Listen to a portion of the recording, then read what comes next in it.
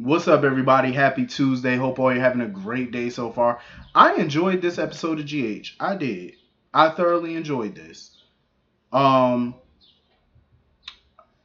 First of all, Scott proved today what I've already known about him. You know how they always treated Scott like he was some ambulance chasing attorney? We all know back in the day Scott was the best damn one of the best lawyers. He's dope. Like he's intuitive, he's smart. And today he proved that point. Because when Liz was asking him about justifiable homicide, first of all, I want to applaud Scott because he finally said to Liz what I've been saying for a while now. Stop talking in public places. She's asking him about justifiable homicide right by the staircase, like right by the nurse's station and stuff. Scott pulled her ass in that exam room real quick. Soon as she mentioned justifiable homicide, he said, "Stop talking. Let's go in private." Thank you, Scott. Thank you, sir. You did what Finn and Elizabeth didn't have the good sense to do. Go in private. They talking everywhere except in a private space. Like, what is wrong with you? So she was asking for his help for a friend. Scott was like, is this that friend story that everybody tell? Like a friend when it's really involving you? She was like, I'm not talking about me. He said, okay, I'll bite. So she was asking about justifiable homicide and stuff, and he kind of, even though he kept pushing to find out who she was talking about, who this friend was, he knew who she was talking about. He knew it was Finn. Because remember, Finn called him and asked him about legal, for some legal help just in case the cops wanted to talk to him about Peter's disappearance. So Scott put two and two together. But he just didn't, he didn't say it, he didn't say, oh, I know it's Finn or whatever. He just kept pushing her to confirm it, to confirm what he already knew. At one instance today, he was thinking that Jason could have been a friend, but he was like, no, because Jason got a lawyer already. So he knows Finn. But he basically warned Elizabeth that him representing her and representing her friend is a conflict of interest. And I kind of get where he's coming from with the conflict part because Liz is his client. Finn is technically not his client, not yet. So in order for him to get Liz off from an accessory charge, he would have to pin all of this on Finn. You know what I mean? He would have to get the jury to buy that this was all on Finn and stuff like that. That's why I believe he was saying it's a conflict. But Liz refuses to turn on Finn. She was like, "No, I'm not turning on my friend. Like, I'm not doing that." So if push come to shove, Scott gonna have to probably either represent the both of them or get creative to get Liz off of this accessory charge, because an accessory to murder is you're just as guilty as the person who did the deed. You know what I'm saying? So you can get just as much time, depending on the state and all that stuff, and depending on the judge, you can get just as much time as the person who actually killed that person. You know what I'm saying? So this is big. Scott basically told her, for the time being, keep your damn mouth shut. Don't say nothing, because he said justifiable homicide does not count. He said it don't count in this case, so keep your damn mouth closed. If the cops show up asking you questions, call me, let me know. I freaking lived for Scott today. I really did. He was such a dope lawyer today because he heard what she had to say, gave her some good advice. He was like, so far the cops ain't beating down your door asking you no questions, so we good. When that happens, call me. We gonna go from there. I was like, go ahead, Scott. Go ahead. Handle that shit. I loved it. That's a good ass attorney right there. If I'm ever in legal trouble, Scott, I'm calling. 1-800 Scott Baldwin. I'm calling. I would definitely be calling him. Well, shit, it's a lot of attorneys in Port Charles. I could call Diane, probably would be the top of my list. I'm just saying.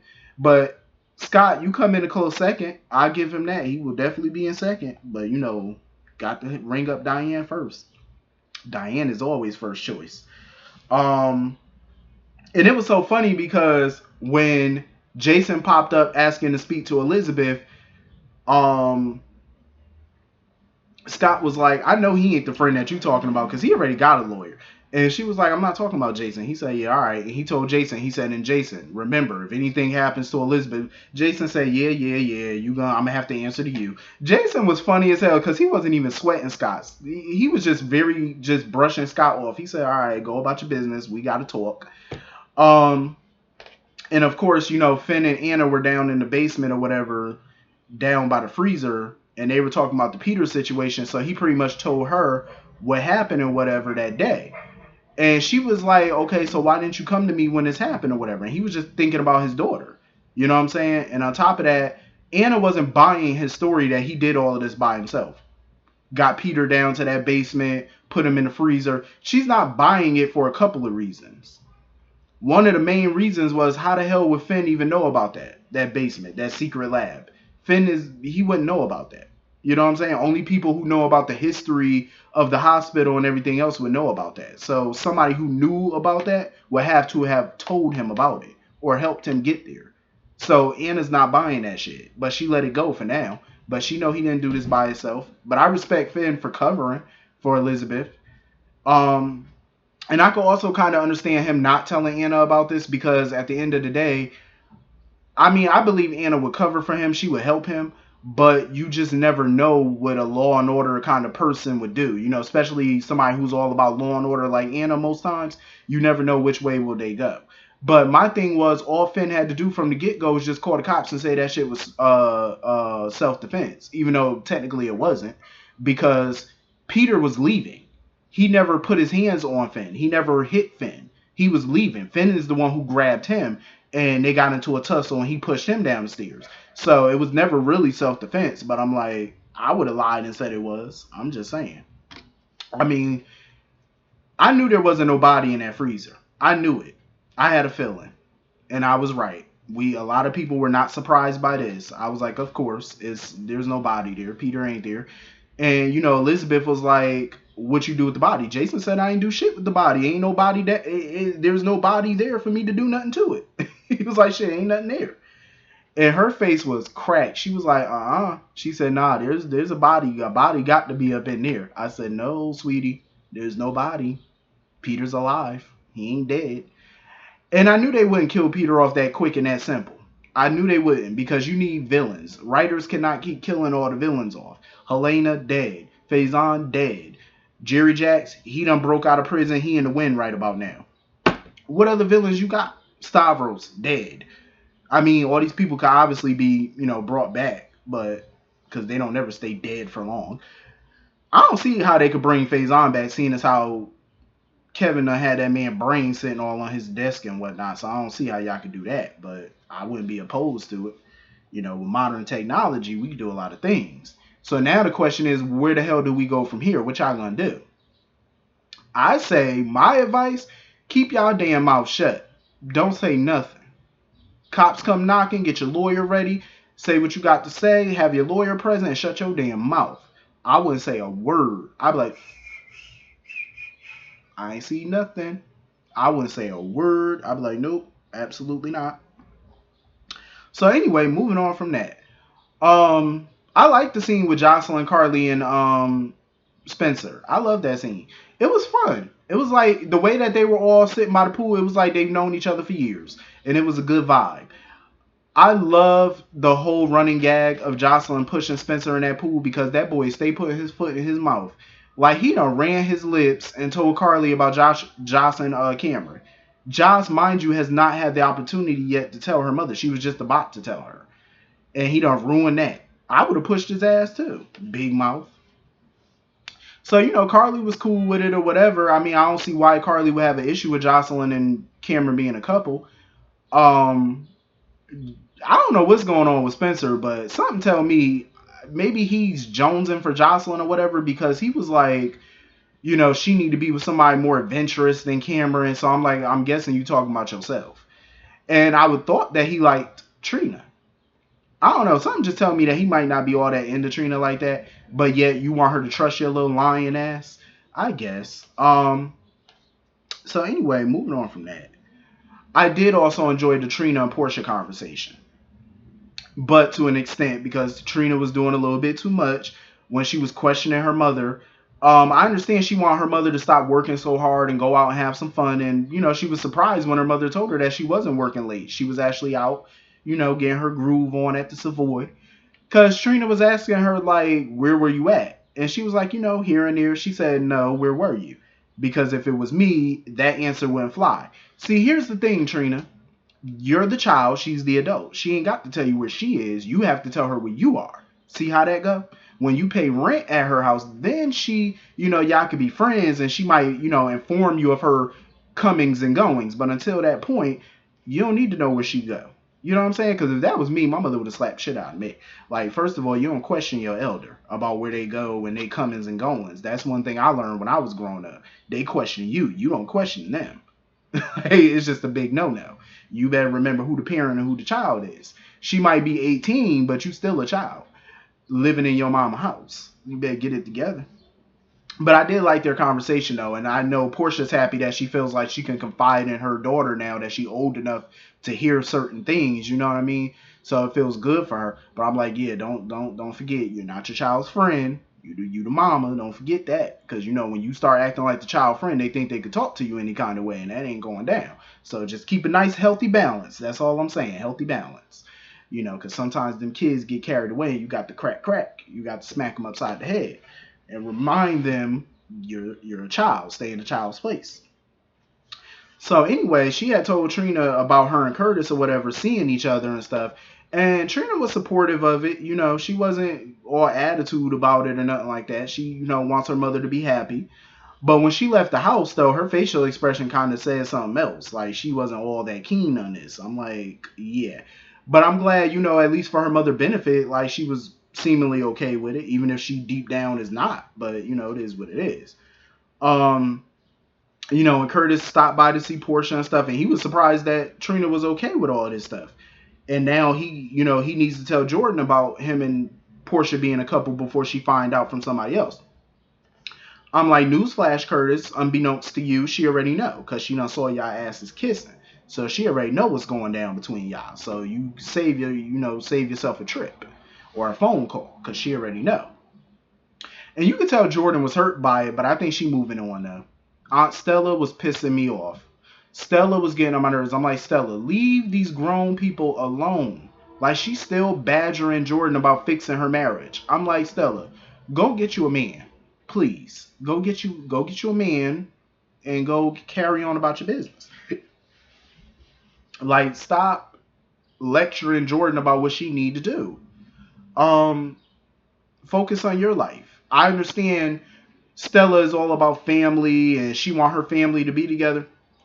Just because Curtis and Jordan are getting a divorce does not mean they're no longer family. Hell, they're always going to be Ashfords. Like, Jordan has been an Ashford twice now. So that last name ain't going nowhere. She's still going to be a part of the family. They're just not going to be together. I don't see nothing wrong with that. And at least they're divorcing on amicable terms. Like, they're not battling over pensions and retirement money. And, you know what I'm saying? It's not an ugly divorce. They're divorcing on good terms. And I think eventually they're going to be friends. And I think that's a good thing. The marriage just didn't work out at the end of the day. Curtis, when they were married, Curtis tried to have special romantic time with Jordan, but she was always too busy to do so. Now, once their marriage broke down, she tried to, fix it by going to therapy. He didn't want to. So it just didn't work. Let it go, Stella. So, of course, Jordan signed the divorce papers right in front of her. She sealed it, put it in an envelope, and put it on her desk for the carrier to come and deliver it tomorrow, I guess. And of course, once Jordan stepped out of her office, Stella done took the damn divorce papers. I'm like, Stella, stop meddling. Curtis already done chewed you out already for, being all up in his business. Now you want to stop them from getting a divorce? Like, I understand her heart is in the right place, but you really need to mind your old business. I'm just saying. Like, mind your business. Because all you doing is going to start some drama. And when Curtis and Jordan find out about this, they're going to be pissed. Because they will. They're going to find out. So anyway, moving on from that. I'm glad Shawn and Curtis are, they good. There's no animosity between them or nothing. They still on good terms. I'm happy about that. And of course, Shawn wanted Curtis's help as well with finding out who shot Hayden. I do agree. I feel like the writers are crazy for reimagining the history that we all know, because Drew, when he was Jason, and Sam already uncovered that Nicholas was behind this. So I don't understand why they're rewriting this. It's stupid to me, but I guess, I mean, it's just dumb. So of course he want Curtis to look into his old records maybe to see if there was something there that wasn't significant then that may be significant now. Curtis was like, "Yeah, I got you." So of course they started talking about business, and he was asking Shawn about what he was gonna do with his life and stuff moving forward. And Shawn basically was like, he want to be his own boss. He doesn't want to answer to anybody. He want to do his own thing. Let me just say this before I go any further. I know the writers get a lot of shit, but I want to say kudos to the writers because they have been showing African Americans in a good light on this show professionally. I mean, Jordan is a female African American police commissioner, top position. She's the boss. Then you got Curtis, another African American owning his own business. He ain't got to answer to nobody. He owns his own nightclub making money. You know what I'm saying? Like, he's in a boss position. Then you got Portia, another African American who's a doctor who's, at the top level of her field, making really good money as a doctor, owns her own house, ain't got to depend on no man for no money. She ain't broke. Then you got Shawn, he wants to be a business owner and stuff, answer to himself. I like that. You know what I'm saying? Because other TV shows and stuff, they don't show African Americans and Latinos and all them in a good light. They be showing them struggling. And I get tired of that. I'm like, bitch, we don't all struggle. Shit, we all got businesses. A lot of people, a lot of black folk and Spanish and Chinese and everybody else, a lot of minorities do own businesses, are at the top of their fields in their respective careers. Like, please show that. You know what I mean? So I tip my hat to GH for doing that because a lot of them are making money. They got their own. They don't work for nobody. Portia may work for somebody, but she's still at the top of her field, so that's good. So of course, Curtis offered Shawn a manager position at the Savoy, at least until he figure out what kind of business he want to run or whatever, till he figure his career choices out. And I'm glad Shawn accepted it. It's money for the time being. You still get to be in a boss position. You know what I mean? That's good. I'm here for it. That was dope. So of course Shawn and Carly get reacquainted. Now listen, when I saw this scene, y'all know I was laughing my ass off when I seen this shit. Because Shawn and Carly was sitting in lounge chairs. And lounge chairs are kind of close up. When I seen them sitting all close and shit, I said, first of all, and Carly was sitting all up in his face. No, no, no, no, no. I had a bunch of problems with that. Because Carly, first of all, you sitting a little too close to Shawn. You all up in his face, keying. You need to back up. You need to move that lounge chair. That lounge chair that she's sitting in, she need to move that bitch back about 4 feet. I'm just saying, move it back 4 feet because, first of all, 10 years ago, Carly had an opportunity to get some of that chocolate. She didn't want none. So back your ass up. Don't be, no, back up. You had your opportunity 10 years ago. You didn't take it, so move. And do remember that you got the ring on your finger, so back up. Even though it is a marriage for business, but still, back. Shawn don't want you. Back up. You had your opportunity. You snoozed, you lost, so back it up. Second of all, she was offering Shawn, telling him, oh, there's still a position for you in the Corinthos organization. Pump your brakes. You don't have the authority anymore to hire folks. That's Jason's call now. He's the head. You're not. You're the tail, so go sit down.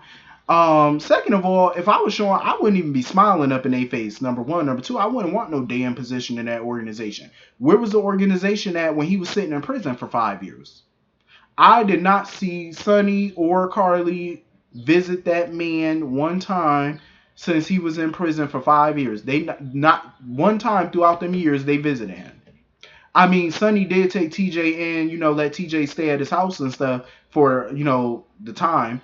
I get it, but did y'all even put money on that man books on his commissary when he was up in there? No. Y'all forgot all about Shawn ass when he was up in here. So if I was Shawn, I wouldn't be kikiing all up in their face. Absolutely not. Like, it wouldn't be me. I'll tell you back the hell up. But I mean, it's good, I guess, that Shawn is a forgiving person, I suppose, because for me, I just tell you go about your business. So anyway, that was pretty much the whole episode. Hit the comment section. Let me know what y'all thought about this episode. I will see y'all all later. Have a great day. Peace.